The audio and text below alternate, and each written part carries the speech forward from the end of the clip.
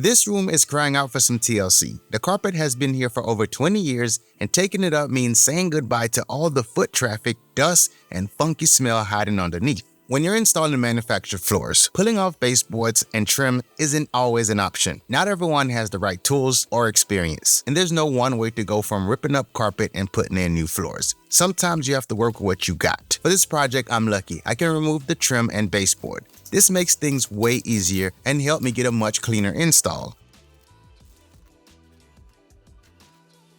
I'm not taking the floor out into the hallway, so I'm going to cut the carpet right at the entry and deal with this another time.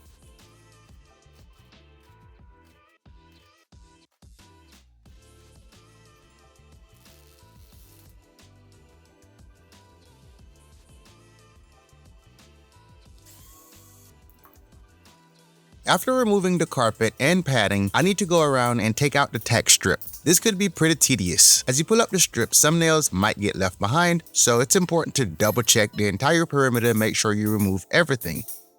From what I could tell, nothing in this house has been updated since it was built.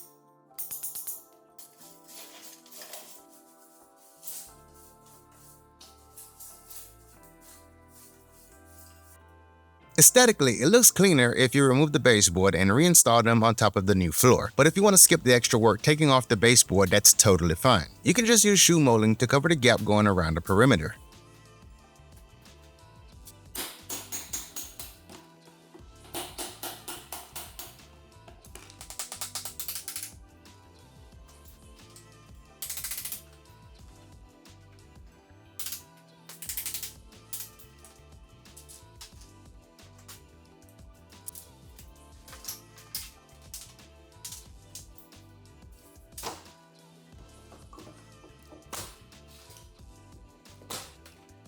Whether you decide to remove the baseboard or not, you still need to clean and prepare the floor.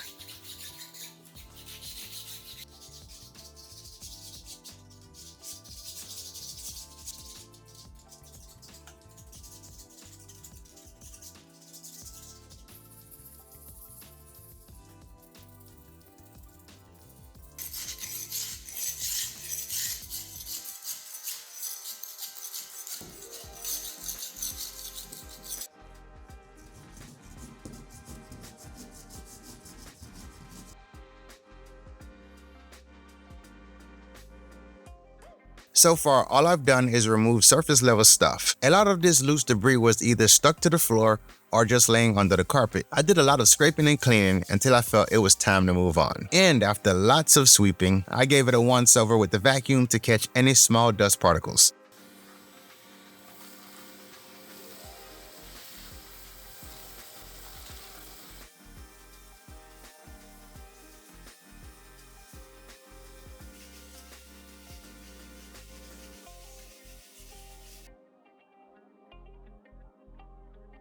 The next thing you want to do is to double check the level of the floor. A carpet can hide a lot of imperfections. When you do any kind of floating floors, it's important to not have any massive dips or abnormally high areas. For example, gouged areas like this should be filled in. With these being floating floors with tongue and groove, this could cause damage to the tile. To fix the gouge and crack in the concrete, I'm going to mix up some fast-setting cement.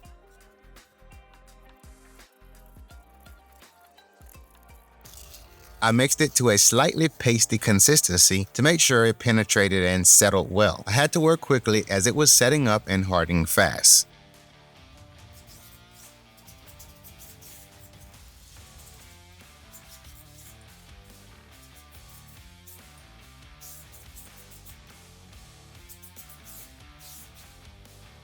I've seen worse cracks in a slab before, so this one wasn't too bad. Regardless, I want to fill the crack anyways. To fill it, I made the concrete mix a bit soupy. This should help it penetrate into the crack.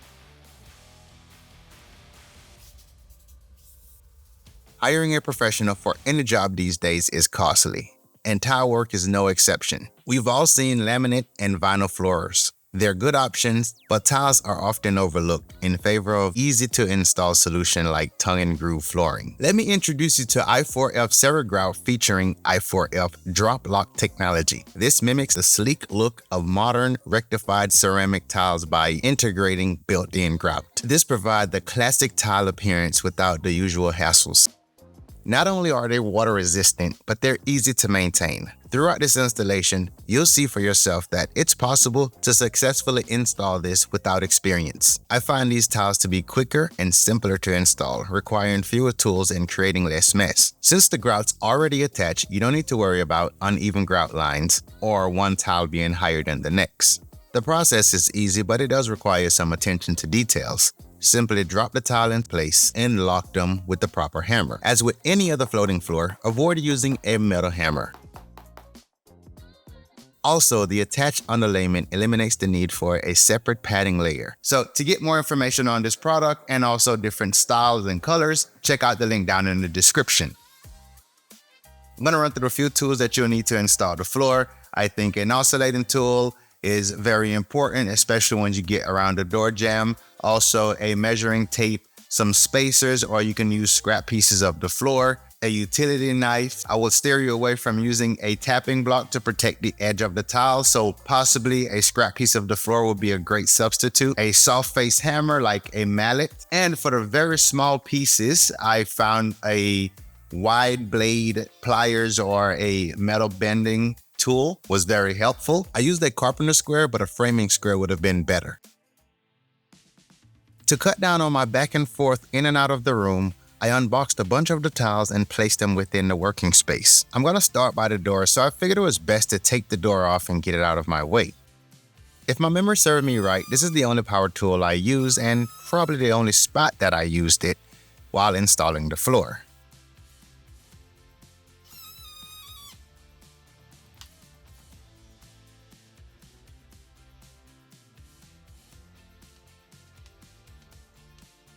Throughout this installation, I rarely use my measuring tape. A lot of my markings were done as shown in this step. I'm setting up to make my very first cut, and I'll do so by using a utility knife to score on the lines marked. I'm gonna be honest with y'all, I don't even remember buying this tool, but after I seen it in my drawer, I just knew it was gonna be useful. When the entire floor is installed, this is the level of neatness I wanna see. I won't be installing the transition at the door right away, but I do want to draw out a straight line. This way I know where to stop. The tiles install from left to right. Once you understand the process, it takes the stress away. The first 2 rows of the tiles are very important. It's important to make sure there are no gaps. Now you're probably looking at what I'm doing and it's not making sense, but it will in a few. The tiles along the wall will be removed later. We're going to use those as backers to help set the first 2 rows. It's like building a house. You want a good foundation before you can build up. In this case, we want 2 good rows so we can spread out. Most of my effort went into making sure that I saw no gaps at the joints. Look at the diagram on the screen and replicate that. Following this method would make sure we're on our way to being successful. Let's look at the row touching the wall and call that row 0. The instructions say you should alternate back and forth between row 1 and row 2 for the first 2 rows, but I find it easier to start with row 0 along the wall as a backer. Then focus on row 1, getting it just right. This way you can make sure the joints are perfectly connected, with no gaps of course. I'll follow this method until I get to the end of the row. As is, I only have about 1 inch from the tile to the wall. It's suggested that you should finish off each row with a minimum of 8 inches in length. If you fall short, it's best to subtract from the first tile in the row to make up for that minimum of 8 inches at the end of the row. Since this is the first tile in the row, I need to cut it to make up for the piece at the end and replicate this cut again. To finish off row 1, I'm going to cut that piece to 8.5 inches. When cutting the planks, I find it easier to use a square, place a line, and then score it with a utility knife. You can apply a little force and break it in half. Flip it over and cut the attached pad.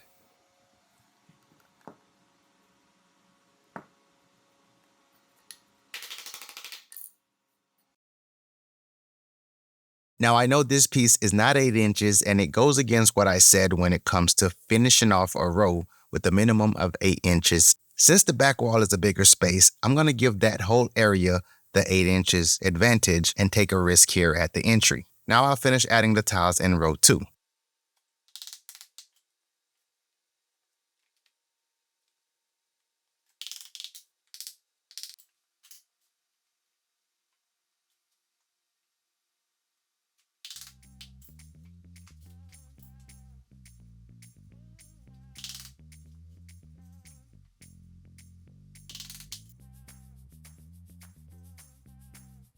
The top side of the tile is very durable and can take impact. From my observation, the tongue and the groove is definitely not as durable as the top, so you must be careful with those. To safely tap the edge, I think it's best to use a scrap piece of the floor. I cut a scrap piece of the tile with the tongue along one edge. I then placed it inside of the groove, which I used as my tapping block.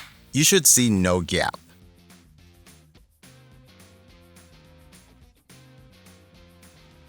Everything looks good to me, so I'll remove row 0. I have the first 2 rows completely assembled, and now it's time to do the fun part, which is push this over to the wall. To make sure that I keep the proper spacing between the wall and the floor, I'm going to put these wall spacers in between. If you're not installing floors often, you may not have spacers like the one I'm using, which is completely fine because you don't need them. Sacrifice some of the floor scraps, cut small pieces, and use that as your spacer. I only use the spacers on one wall. If you don't feel comfortable that you can maintain the 1/4 inch spacing on all sides, then maybe you should use spacers on all sides until the project is complete.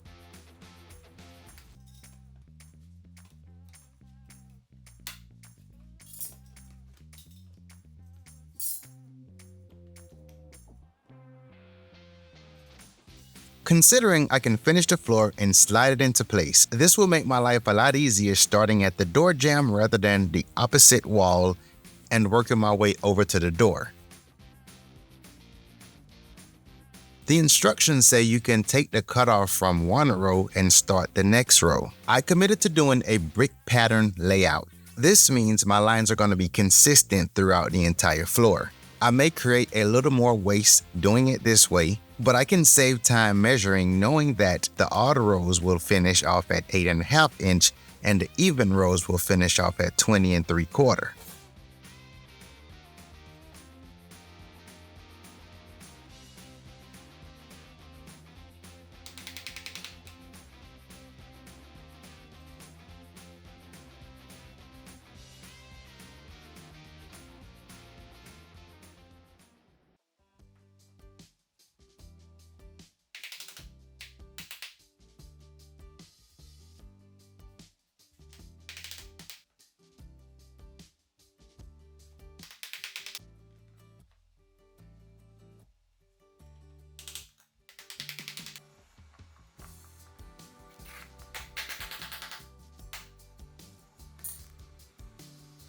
A lot of these cuts are going to be unique to this room. I want the joints of every other row to line up, so I'm going to take the length of row 2 and carry that over to row 4. First, I'm going to make a reference line along the short side.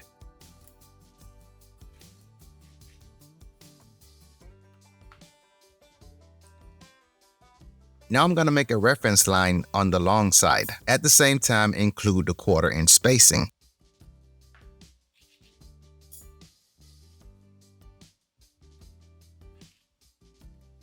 Now I'll use the utility knife to score the lines that was marked and snap off the unwanted parts.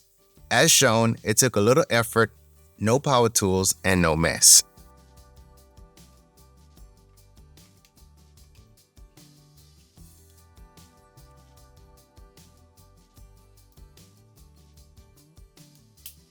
And this is row 4. I'm going to make the grout line from this row line up with the grout line from row 2. Once I put it in place, I'm just going to nudge it into its final spot.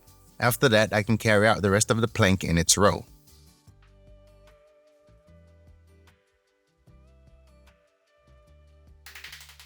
To start the 5th row, I'll show you my approach. With this, you should get the idea for the rest of the way. First thing I did was carry the grout line over from row 3 and marked it on row 4. I'll use this as an indicator to show me exactly where I need this tile to stop. With that in mind, I'm going to work backwards. I'll cut off the difference of this plank to fit in that space.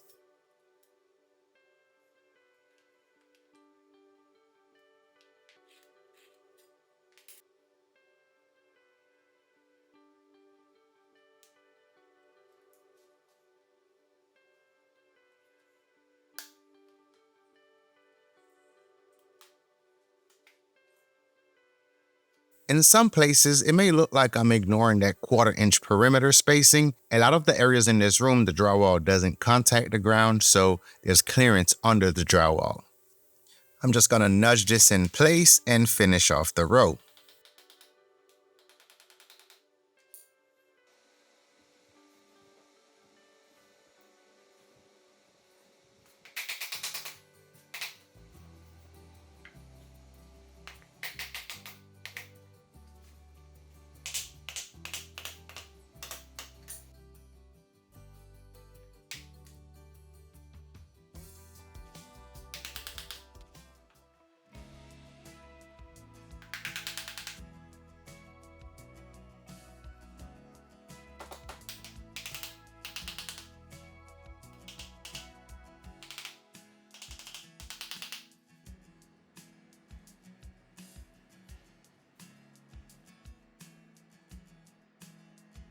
Since I have the wall in the way, I need to go in both directions, going forward and also work backward. I'm going to show you how I did that. I lined the tile up on the wall, then I placed an outline on the side. Then I'll move the tile to the front of the wall and trace the depth of the wall onto the tile. You should include the 1/4 inch spacing on all sides. Now all I need to do is remove this piece. You can use a jigsaw for this, but I gave it a shot with a utility knife and it worked out just fine. If you cut the padding on the back, it takes away some of the support and allow you to bend this part. I had to do some fine tuning with the utility knife to adjust to the wall. Now I can work this in place and install the rest of them working backwards. I'll make sure I get them together first before I pull out the mallet.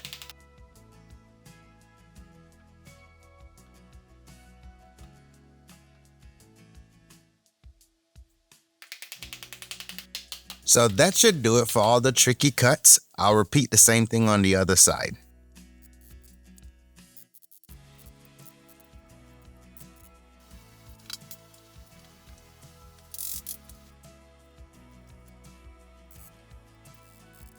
Once I got to this open space, it hit me that I can speed things up if I cut all the parts to start each row.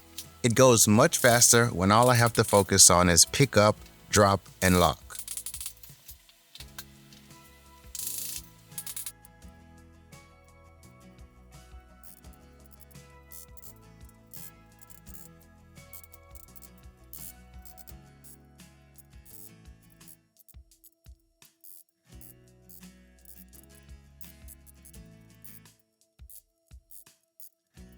With the bricklaying pattern, every other row should line up. This means I know exactly how every row should end. With that in mind, I cut all the parts to finish off each row, and all I have to do now is just install them.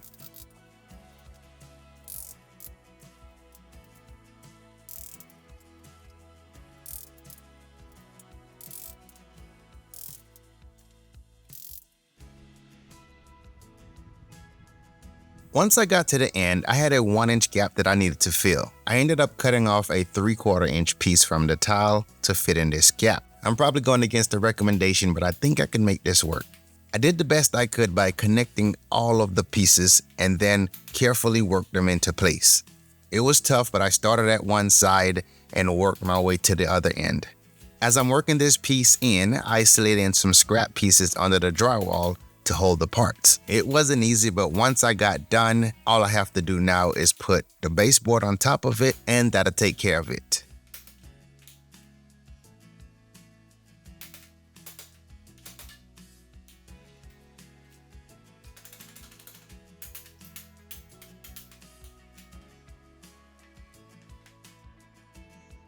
I just have to remove the wall spacers and the floor is complete.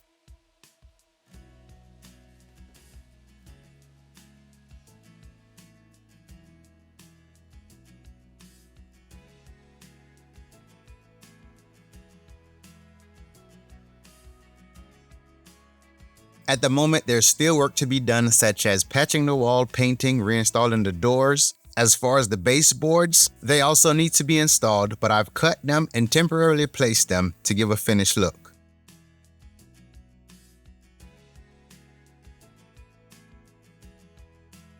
So there you have it, a clean and flawless install, replacing old dingy carpet with new flooring that's easy to clean and maintain. While this was installed in a bedroom, this could also be installed throughout the home, in a hallway, in wet areas like a bathroom, laundry room, also a kitchen. Overall, I thought the installation was rather easy, and I think it's a great solution if you want that tile look, but don't necessarily want to pay for ceramic tiles, or you don't want to pay for the labor to do the installation, and it's something you can knock out in a weekend's time. You already know the deal. If you enjoyed the video, be sure to smash a thumbs up, and if you ain't already, subscribe to the channel. I will see you on the next one.